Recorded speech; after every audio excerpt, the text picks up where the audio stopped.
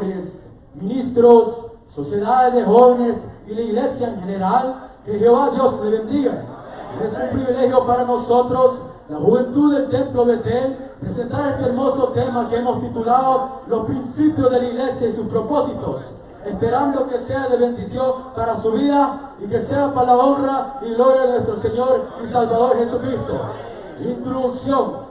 Como pertenecientes a la iglesia, es importante saber y definir primero la palabra iglesia. El vocablo griego define como la palabra eclesia, un pueblo separado, una de la reunión de los llamados santos o los convocados. Estos se aplican a las congregaciones testamentarias. El vocablo iglesia se refiere a las iglesias locales como también en término universal. Asimismo, la palabra iglesia significa una asamblea o una congregación. Este tema lleva dos divisiones pertinentes. Primero, los principios de la iglesia y sus propósitos. Segundo, espíritus que se mueven o atacan a la iglesia. Se explicará al menos 11 propósitos sobre la iglesia, los cuales son el propósito de la obediencia, de cómo agradar a Dios, de servir a Dios dentro de la iglesia, de vencer y atacar las vanidades y perjuicios dentro de la iglesia, el propósito de la formación ministerial dentro de la iglesia, por la evangelización de la iglesia, el propósito de seguir el propósito de seguir el orden eclesiástico dentro de la iglesia, el de mantenernos firmes y fieles ante la acechanza maligna dentro de la iglesia, el de rechazar falsas doctrinas perturbadoras y de seguir la sana doctrina en esta iglesia, apóstoles y profetas. La escritura precisa llamando a abandonar el círculo viciado de maldad. Segunda de Corintios 6:17 dice: salid de medio de ellos y no tocáis lo inmundo. O sea, que este grupo llamado iglesia ha sido un grupo llamado al mundo para formar la iglesia de Cristo. Sin embargo, la Biblia le llama santo. Aleluya. La iglesia fue constituida por Jesucristo y fue un misterio que estuvo oculto para la nación de Israel. Por ello, en el Antiguo Testamento no se hace mención de la iglesia, pero ya ha venido Cristo. El misterio oculto fue revelado a nosotros. La primera vez que se menciona la palabra iglesia en el Nuevo Testamento es hecha por Jesucristo. Ahora bien, lo que un misterio oculto fue revelado a nosotros, que ha descubierto con la declaración que hace Pedro cuando pregunta eso: ¿quién dice los hombres que es el Hijo del Hombre? La gente tuvo diversas opiniones acerca del Hijo del Hombre. Todos guardaban silencio, mas Pedro, lleno del poder del Espíritu Santo, dice: tú eres el Cristo, el Hijo del Dios viviente. Y Jesús le dice: bienaventurado eres Simón, hijo de Jonás, porque no te reveló carne ni sangre, sino mi Padre que está en los cielos. Por esta razón afirma que Pedro recibió una revelación de lo alto, y Jesús le dice: y yo te digo que tú eres Pedro, y sobre esta roca edificaré mi iglesia, y las puertas del Hades no prevalecerán contra ella. Mateo 18:16 al 20. Además, veremos a través de este tema los orígenes de la iglesia, el fundamento de la iglesia, cómo se contamina la iglesia y las vanidades que afectan la vida espiritual de la iglesia y los espíritus que atacan y cómo combatir contra ellas. Y por último, el que tiene oído, oiga lo que el Espíritu dice a las iglesias. Amén. Los hombres con el desarrollo del tema. ¿Cómo dio origen la iglesia? En Hechos, Jesús profetiza que solo los verdaderos testigos recibirán el Espíritu Santo. Este cumplimiento fue en el capítulo 2. Sin embargo, bajo el derramamiento del Espíritu Santo, las palabras de Jesús en su ascensión al cielo y sus instrucciones a sus discípulos dieron como señal la constitución de la verdadera iglesia con su mensaje al mundo. Nos preguntamos, de todas las iglesias que existen hoy en día, ¿cuáles dicen predicar la verdad? ¿Cuál es la verdadera iglesia en su origen? Creemos firmemente que es aquella que reconoce el señorío de Jesús y desborda su amor por los perdidos. La iglesia dio origen en el Pentecostés, bajo una estructura de unción y poder. es todo lo contrario.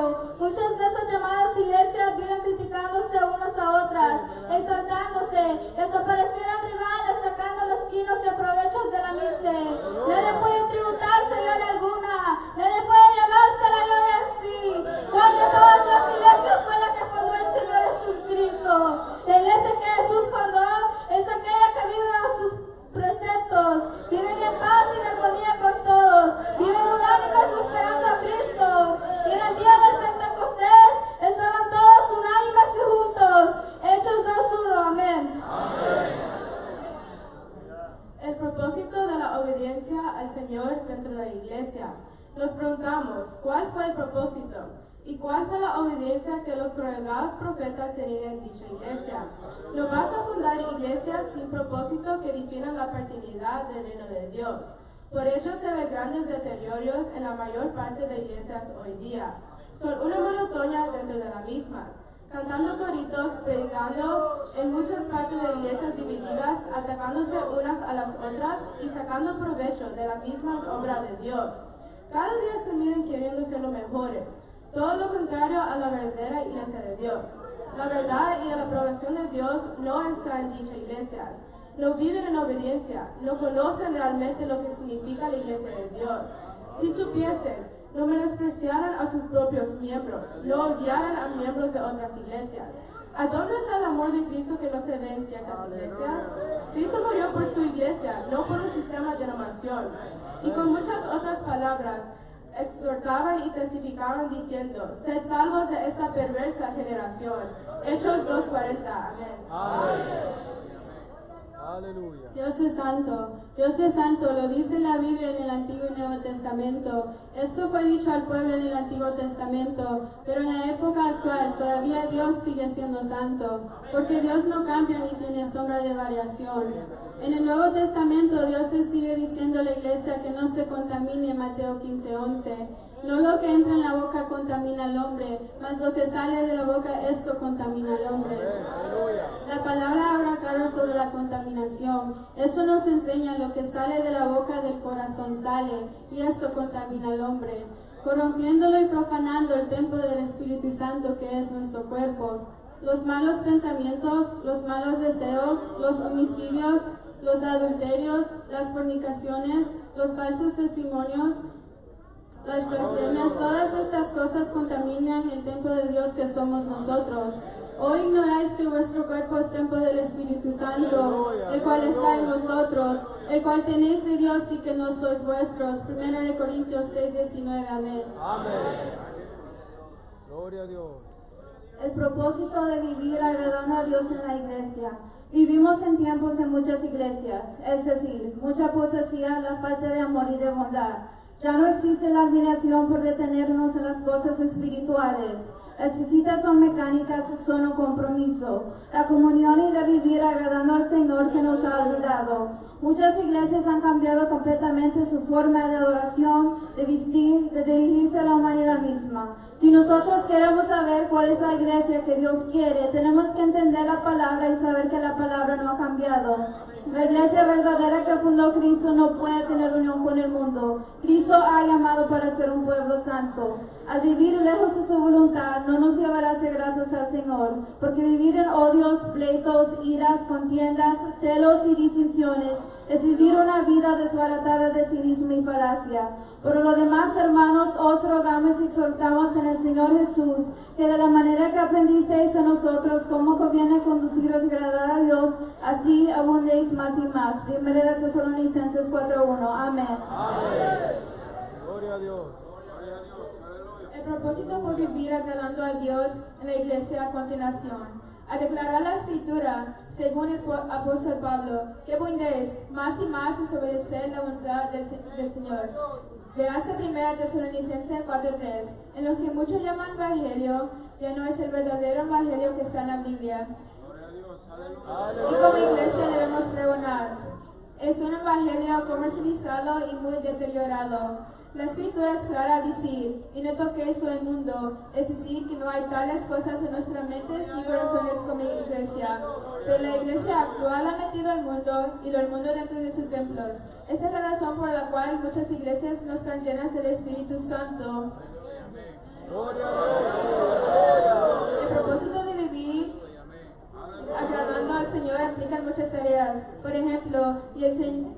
Señor.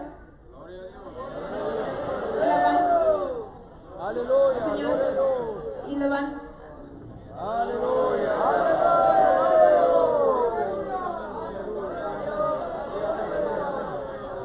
Alabando a Dios y tener favor con todo el pueblo. Y el Señor añada cada día a los que habían de ser salvos. Hechos 2:47. Amén.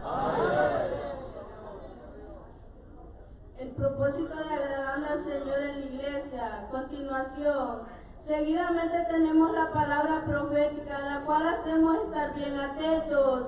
El apóstol Pablo a los colosenses les exhorta así: para que andéis como es digno del Señor, agradándole en todo, llevando frutos en toda buena obra. En el... Gloria a Dios. Aleluya. Amén.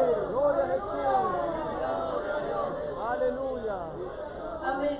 Amén.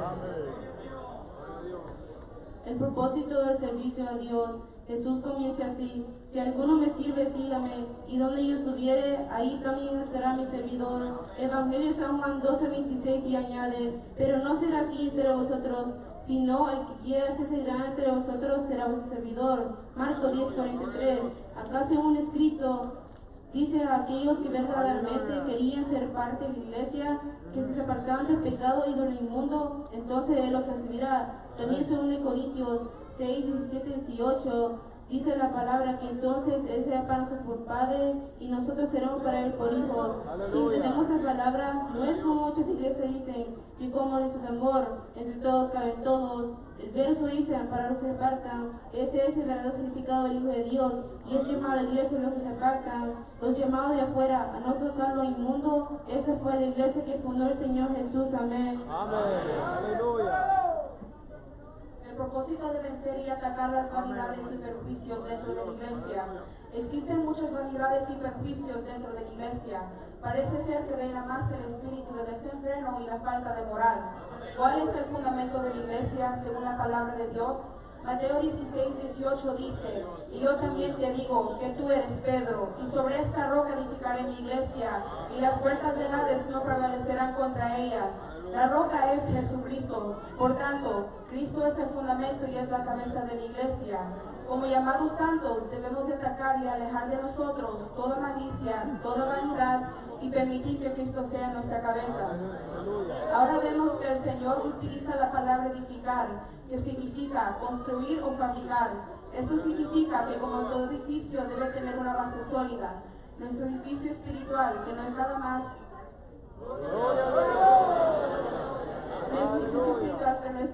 que la piedra angular, Cristo mismo. Por lo tanto, tiene que ser edificado sobre la roca, que es Jesucristo, el fundamento perfecto. El autor y consumador de nuestra fe es Jesucristo. Edificado sobre el fundamento de los apóstoles y profetas, siendo la principal piedra del ángulo, Jesucristo mismo. Efesios 20. Amén. Amén. El propósito de la comunión cristiana dentro de la iglesia. Nosotros como iglesias tenemos que estar seguros y conscientes que la comunión cristiana debe de ser siempre una eterna declamación de gozo. De hecho, por medio de la comunión nos centramos de las necesidades que muchos hermanos padecen. Si nuestro fundamento es Cristo, debemos de vivir en comunión con Él. Él pidió al Padre que nosotros también seamos uno, así como nosotros somos uno. No hay duda que Dios anhela que su pueblo viva en comunión con Él. Él oró al Padre así: y yo ya estoy en el mundo, mas Jesús está en el mundo, y yo voy a ti, Padre Santo, a los que me has dado, guárdalos en tu nombre, para que sean uno así como nosotros. Amén. San Juan 17:11. Amén. Amén. Gloria a Dios. El propósito de la comunión cristiana dentro de la iglesia. En la gran comunión de los santos es preciso saber que no hay instancias ni tiempo que perder. En la gran comisión de la iglesia, Jesús ordena que vayamos a ser discípulos, luego enseñarles que guarden todas las cosas ya prescritas. Debemos de permanecer en unión uno para con otros, y solo así podremos vencer los prejuicios y las hechanzas. La iglesia está cimentada en la roca, pero si está cimentada en la arena, nuestro fundamento es vulnerable a todo viento doctrinal. Por eso dice Jesús: sobre la roca firma. que sobre la roca las puertas del infierno no prevalecerán contra ella. La palabra cristiana hoy la usan millones de personas que no están conscientes de su significado. El hecho de creer en Dios no significa que una persona sea cristiana. La palabra cristiana no significa creer, sino un seguidor de Cristo. Eso no sucede nosotros con los hermanos de Antioquía. Y se congregaron a todo el año en la iglesia y enseñaron a mucha gente. Y por primera vez a los discípulos se les llamó cristianos en Antioquía. Es decir, el hecho de ser cristiano no es un decir. Debe de haber un genuino arrepentimiento y un cambio trascendental. Hechos 11:26, amén.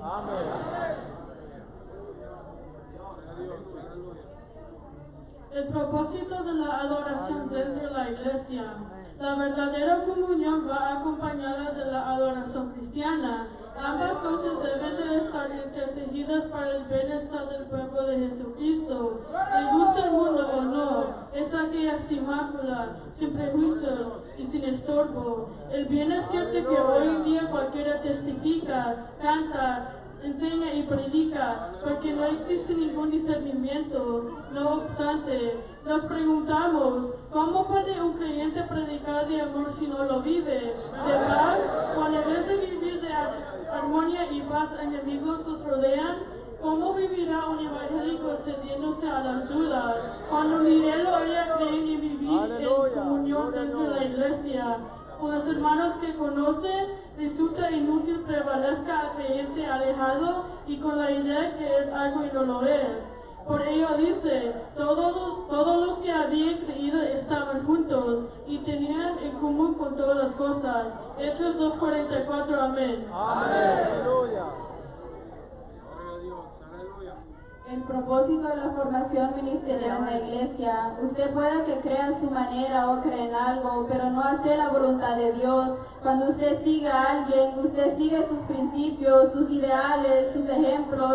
El seguidor de Cristo recibe el título o nombre del cristiano cuando ha recibido una formación ministerial. En Mateo 10, por ejemplo, vemos la elección de sus 12 discípulos. Nunca estos se autoproclamaron. Cristo los escogió, los instruyó y les dio autoridad. Mateo 10:1. La iglesia de igual forma es precisa y está organizada bajo preceptos que la rigen y son bíblicos, no criterios humanos ni algo parecido, porque a decir verdad, todos somos discípulos de Cristo y a serlo somos elegidos, así como Cristo eligió a sus discípulos, eran seguidores de Cristo. La palabra discípulo es un alumno, uno que aprende y sigue las enseñanzas. Por eso los discípulos por primera vez se les llamó cristianos y se congregaron ahí un año con la iglesia y le enseñaron a mucha gente, y a los discípulos se les llamó cristiano por primera vez en Antioquía. Hechos capítulo 11 versículo 26, amén. Amén.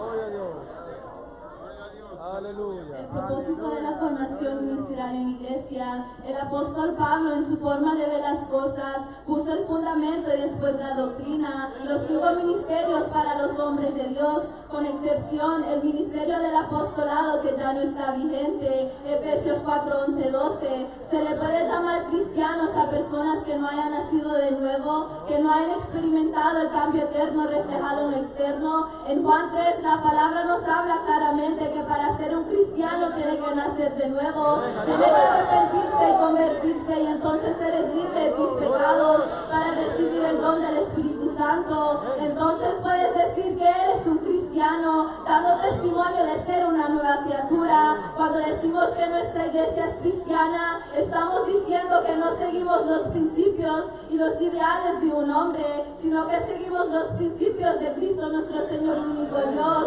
Lamentablemente hay muchas personas que en realidad quieren buscar de Dios, pero no han alcanzado la enseñanza correcta, no se someten a las escrituras y persisten en el pecado. La Biblia es explícita al decir: buscad pues varones entre vosotros a 7 varones de buen testimonio.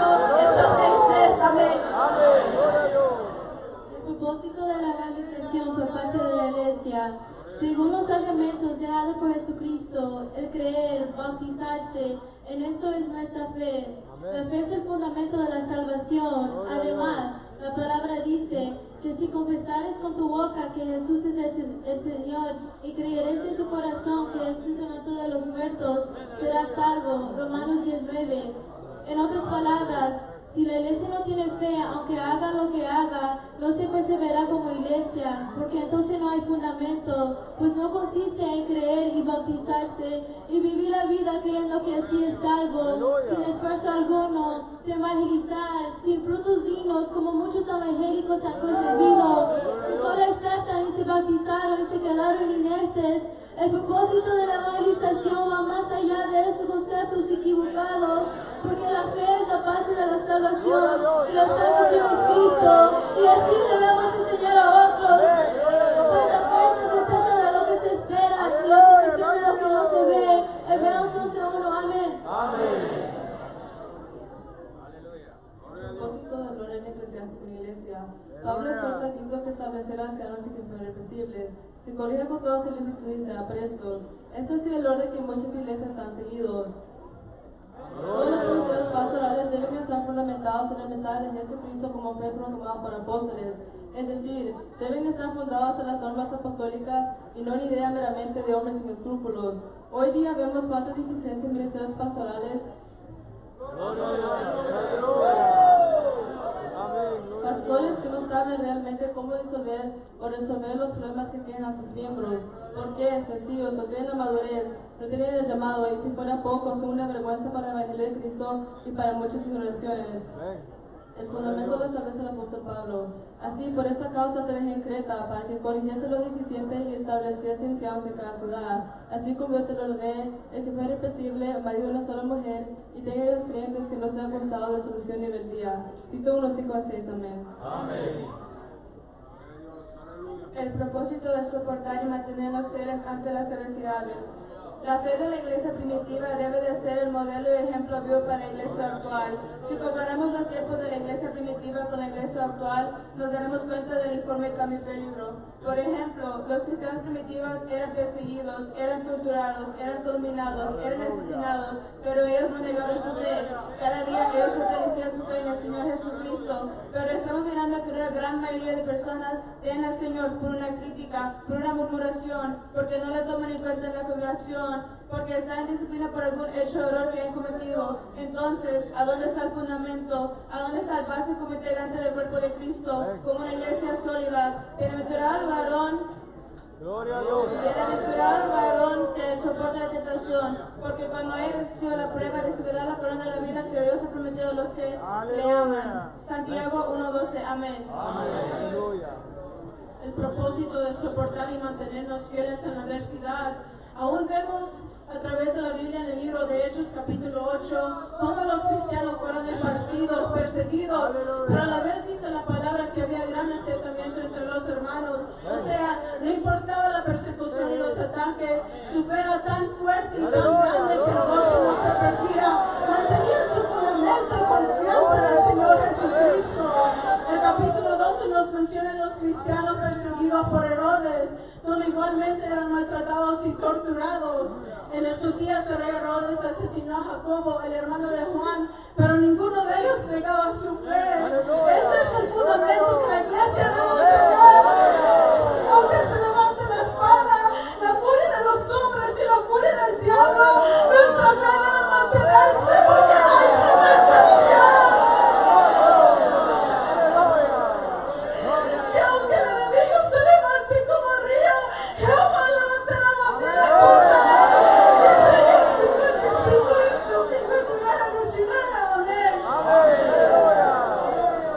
El propósito de rechazar las doctrinas falsas. ¿Cómo se contamina una iglesia? La palabra contaminación se define como la alteración o daño del estado original de pureza o limpieza de una cosa. Corromper o profanar es igual. Sucede lo mismo con las doctrinas inventadas, una imposición humanista sacada de un texto que no ha sido sometido a la hermenéutica, la ciencia de la interpretación. En el sentido espiritual, la iglesia se contamina mediante la alteración o daño a las doctrinas de Cristo, a las enseñanzas que por años hemos aprendido. Después sucede que los miembros se van de las congregaciones por añadir ideas no bíblicas. El estado original de sus principios, costumbres, enseñanzas, preceptos, creencias deben ser intachables y deben ser vistos con sumo respeto. Pero gracias a Dios que aunque erais esclavos del pecado, habéis obedecido de corazón aquella forma de doctrina de que hijos entregados. Romanos 6:17, amén. Aleluya. Espíritus que se envuelven en las iglesias hoy día. Desde tiempos muy remotos, Dios se ha preocupado para que los cristianos eviten que se contaminen. Por eso hay un mensaje poderoso en el libro de Apocalipsis para las 7 iglesias del Asia Menor y sus pastores.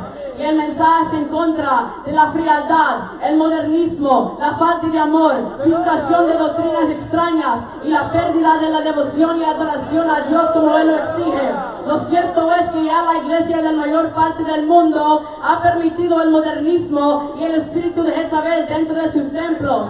Y es un espíritu de maldad activo. Esto ataca a la iglesia desde sus líderes hasta sus miembros y no hace acepción alguna. Se dicen o afirman que están en la época de la gracia y nada de esto es malo, pero se nos ha olvidado que la palabra también tiene un mensaje para designar esos espíritus.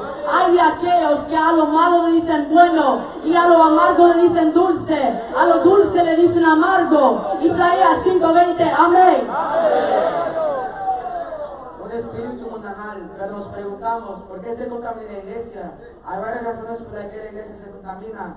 La iglesia debe abrir puertas a las cosas que son un peligro. Estos son influencias que golpean con violencia la voluntad de muchos miembros de la iglesia. Ideales mundanos muy diferentes de lo que se enseña en la congregación donde asistimos. Por lo regular muchos no están convencidos hasta el punto de creer que estas personas tienen la razón y se levantan y se van.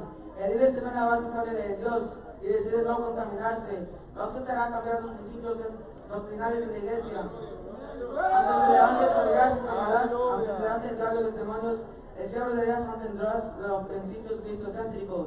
También puede suceder que estos grupos se alejen de la iglesia, pero el remanente fiel, el que recibe el verdadero nombre de la iglesia, se mantendrá firme y nunca será alcanzado por la contaminación. Amén. Responsabilidades de la iglesia, oración y el ayuno. Otras causas por las cuales un pueblo se contamina es cuando se debilita su devoción por la oración y el ayuno. Muchos espíritus malignos atacan en contra del pueblo consagrado de Dios.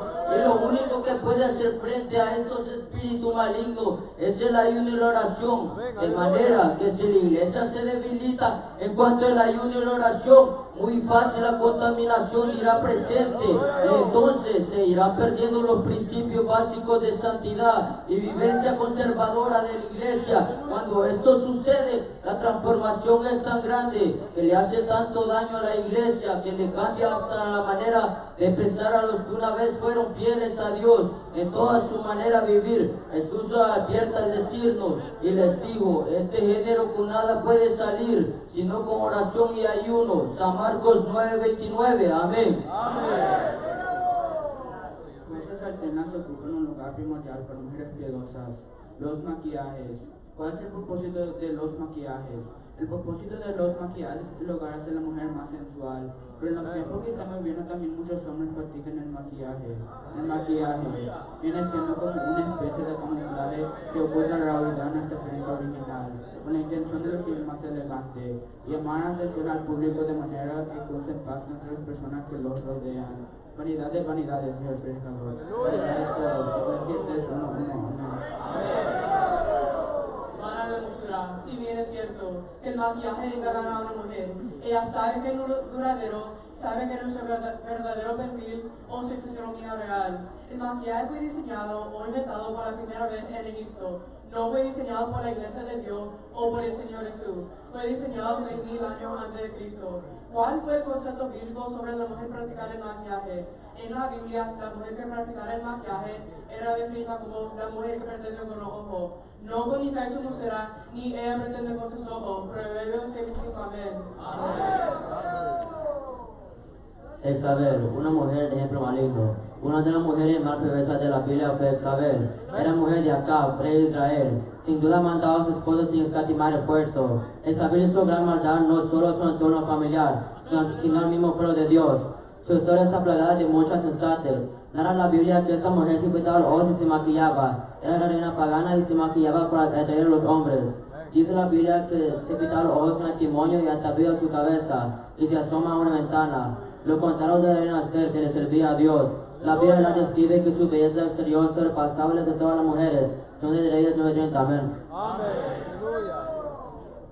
La Biblia define una conducta prostíbula. En cuanto al tema, según la Biblia ha indicado siempre prostitución. Jeremías 4:30 dice, y tú destruida, ¿qué harás? Aunque te viste de ranas y te pintes con antimonios tus ojos, te engalanas y te menospreciarán tus amantes.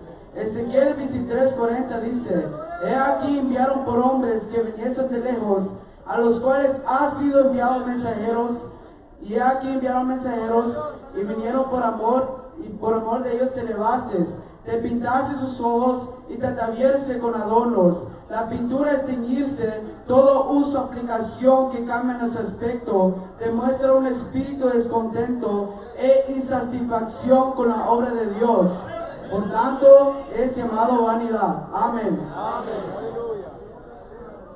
Vanidades de la vida. La vanidad es proponer una falsedad. Todo lo que es vano es falso y pasajero. El hombre y los disfraces que el mundo se ponen no podrán cambiar la palabra de Dios, porque Dios es el mismo ayer, hoy y por los siglos de los siglos. Y el Evangelio se podrá ser cambiada y remodelada. La vanidad está en contra de la santidad. Primera de Pedro 1:16 dice, escrito está, sed santo porque yo soy santo, dice el Señor. Y Primera de Pedro 1:18-19 dice, nosotros sabiendo que fuimos rescatados de vuestra vana manera de vivir por vuestros padres, no con cosas corruptibles como oro y plata, sino con la sangre preciosa de Cristo, como la de un cordero sin mancha y sin contaminación. Es por eso lo que estamos en Cristo, debemos ser nuevas criaturas. Las cosas viejas pasaron, y aquí todas son hechas nuevas. Amén. Adornos nunca han correspondido a personas santas. En el Antiguo Testamento, los adornos, los zarcillos y las cadenas, todas estas cosas, dice la Biblia, que eran usados por los paganos o por el pueblo descarriado como amuletos de suerte y protección. Pero una de las palabras que tenía el pueblo para volverse a Dios era despojándose de todo esto. Como vemos en la Biblia, en Génesis 35:2, entonces Jacob dijo a su familia, a todos los que estaban con él, y mudad vuestros vestidos que hay entre vosotros, y limpiaos, y quitad los dioses ajenos. Entonces dieron a Jacob los zarcillos que estaban en sus orejas. Cuando Jehová le habló a Moisés, diciendo, di a los hijos de Israel que sois un pueblo de dura cerviz. En un momento subiré en medio de ti y te consumiré. Quita ahora pues tus atavios, para que yo sepa lo que te he de hacer. Entonces los hijos de Israel se despojaron de sus atavios desde el monte Horeb. Amén. La vida que agrada al Señor permite reprender todo espíritu. La Biblia exhorta que tenemos el poder de hablar serpientes y de echar fuera demonios. Marcos 16:15-17. Nosotros somos capaces de reprender los espíritus malignos cuando vivimos una vida consagrada, libre de contaminación. En Mateo capítulo 10 vemos que Jesús llama a sus discípulos y les da toda la autoridad en contra de los espíritus inmundos, demonios, enfermedades y toda dolencia. Pero muchas personas, para justificar su frialdad y desviación dentro de la iglesia, dicen que fue solamente a los discípulos. Pero Marcos 16:15 dice que estas serán señales y que seguirán a todos los que creen en el nombre del Señor Jesucristo. Veremos en los siguientes temas los diferentes ataques espirituales que son el chisme, la lascivia, el orgullo, la envidia y las apostasías. Amén. Isaías, profeta mesiánico, señala que Jehová negará toda cabeza. Pero los versos bíblicos más condenatorios y contundentes están escritos en el libro de Isaías, por cuanto las hijas de Sión, que es lo mismo que decir las hijas de Dios, se ensoberbercen y andan con el cuello erguido y ojos desvergonzados, refiriéndose al maquillaje y provocación, cuando andaban danzando con los pies y haciendo son con los pies manera provocativa de caminar. Por lo tanto el Señor regará la cabeza de las hijas de Sión, y Jehová descubrirá su vergüenza en aquel día. Quitará el Señor el tallo del calzado, la redecilla, las lunetas, los collares, los pendientes, los brazaletes, las corbillas, los atallos de las piernas, los partidores del pelo, los pomitos del olor, y los zarcillos, y los anillos, los joyeles de las narices, la ropa de gala, los mantoncillos, los pelos, las bolsas, y los espejos, y los tocados, y en lugar de perfumes románticos vendrá el hondez cabeza raspada en lugar de copatura del cabello y en lugar de ropa de agradecimiento y celicio y quemadura en vez de hermosura. Isaías 36, 24. Amén. La vanidad y el orgullo están en contraposición de la santidad. A lo largo de la historia vemos que estos gemelos siempre se oponen a la santidad del hombre y la mujer. Ninguno de estos versículos mencionando tiene interpretación privada. Juicio en contra de la vanidad y el orgullo que está en contra de la santidad de Dios.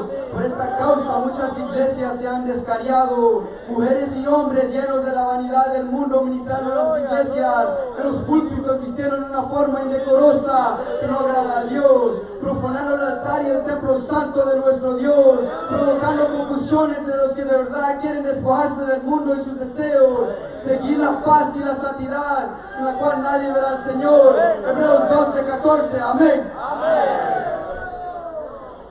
La vanidad, un mal congénito. Todas estas vanidades afectaron la vida espiritual del pueblo de Israel y todavía sigue afectando la vida espiritual de las iglesias actuales. Es que muchos han vuelto liberales en distintas partes del mundo. Iglesias que eran consagradas y conservadoras de la sana doctrina han cambiado su constitución y han dejado entrar la vanidad y el modernismo dentro de la casa de Dios, afectando así de una manera inmensa la paz de Dios y la manifestación del Espíritu Santo, ya que esas congregaciones toman una posición defensa cuando las iglesias conservadoras hablan de este tema y de una manera ofensiva afectan la paz dentro del pueblo, lo que significa que cuando usted sigue la santidad que Dios requiere, usted se mantendrá en la paz de Dios. Amén. Mas la Biblia señala adornos celestiales y eternos. ¿Cuál es el adorno que agrada a Dios? Como muchas personas se justifican diciendo que todas aquellas prohibiciones eran en el antiguo tiempo. Pero déjeme decirle que el amor por el mundo tiene a muchas personas hipnotizadas y confundidas y a la misma vez engañadas y encarceladas en sus propias opiniones. Pero el apóstol Pedro nos reprende y nos dice lo que es agradable, comenzando con las esposas, que vuestra conducta sea casta y respetuosas, y después con todo, que nuestro atavío no sea el externo de peinados de diferentes colores, que provoquen y llamen la atención, o que esconden sus canas, adornos, vestidos lujosos, descotados y indecorosos, sino el interno del corazón, el corazón es incorruptible ornato de grande estima delante de Dios. Amén. Espíritus específicos que atacan a la iglesia. Hay innumerables espíritus que atacan a la iglesia. Estos son seres que corresponden a diferentes niveles o rangos nombrados o mencionados en la palabra de Dios. En Efesios capítulo 6, versículo 12 nos dice los diferentes espíritus que atacan a la iglesia. Y nosotros como iglesia y como pueblo de Dios tenemos que luchar. Principado, potestades, gobernadores de las tinieblas de este siglo y huestes espirituales de maldad en las regiones celestes. Todas estas legiones de espíritus o demonios tienen un propósito específico: destruir la iglesia, destruir a los cristianos y destruir la obra de Dios. Amén. Satanás, el instructor de estos males, de manera que si nosotros nos disponemos a analizar estos versículos bíblicos, no seríamos tan vulnerables ante Satanás para que no pusieran los cristianos en uno contra los otros. Ya que muchos de estos demonios, su función es hacer que la iglesia se traicione y que los cristianos se peleen, se odien unos a otros, se envidien, se dividen y se pisoteen el testimonio unos a otros. Logrando hacer esto, entonces su trabajo le resultará más fácil. Se ve mucha gente dentro de la iglesia que son muy vulnerables y que son instrumentos fáciles de Satanás para causar problemas, envidia, divisiones, contiendas y pecados dentro de la iglesia. Amén. Conclusión. Hemos hablado breve pero claro sobre los temas, los principios de la iglesia, su propósito. Hablamos de la obediencia al Señor y de vivir agradándole en todo. Otro ya he explicado. Tiempo nos hace falta para seguir explicando sobre muchas anomalías y cuestiones que solo detienen la obra de Cristo. Pero la iglesia debe tener su base sólida, manifestada a través del galardón de Dios, que será repartido al pueblo por haber resistido, por haber vencido, por haber permanecido en su fe, tomando en cuenta que no importa las aflicciones, las calumnias, los vituperios, hay una promesa grande, firme, sólida y poderosa en nuestro Señor y Salvador Jesucristo, que dijo: en el mundo tendréis aflicciones, pero confiad, yo he vencido al mundo. Juan 16:33. A través de los temas queremos exhortar a la iglesia de Dios que mantenga en alto la entorcha del Evangelio, confiando en la promesa de la fe, que hay una gloria futura para aquellos que vencen, para aquellos que resisten, para aquellos que no comprometen su fe con nada material y están conscientes en quien han creído, pero no lo recibiremos de la manera que cantemos, prediquemos o el nivel de trabajar en la obra de Dios, pues la gloria futura para el pueblo de Dios viene a través de la fidelidad de la iglesia a Dios. Iglesia, no desmayes, no es tiempo de desmayar, es tiempo de hacer un esfuerzo. Qué privilegio tendremos de sentarnos junto al trono de Dios con el Rey de Reyes y Señor de Señores. Pero las promesas de Dios son para los que vencen y no se dejan dominar por los espíritus u hombres. En el libro de Apocalipsis se mencionan 7 promesas de Dios. El que tiene espíritu, oiga lo que el Espíritu dice a la iglesia: el que venciere le daré a comer del árbol de la vida, el cual está en medio del paraíso de Dios. Al que venciere no sufrirá daño de la segunda muerte. Al que venciere le daré a comer del maná escondido y le daré una piedrecita blanca, y en la piedrecita blanca un nombre nuevo escrito, el cual nadie lo conoce sino el que lo reciba. Al que venciere y guardare mi obra hasta el fin, yo le daré autoridad sobre todas las naciones. La regirá con vara de hierro y será quebrada como vaso del alfarero, así como yo le he recibido de mi Padre. Al que venciere será vestido de vestidura blanca, y confesaré su nombre delante de mi Padre y delante de sus ángeles. Al que venciere yo le haré columna en el templo de mi Dios, y nunca jamás saldrá de allí. Y escribiré sobre él el nombre de mi Dios, el nombre de la ciudad de mi Dios, la nueva Jerusalén, la cual desciende del cielo, y el nombre de mi Dios y mi nombre nuevo. Al que venciere le concederé que se siente conmigo en mi trono, así como yo he vencido y me he sentado con mi Padre en su trono. Amén.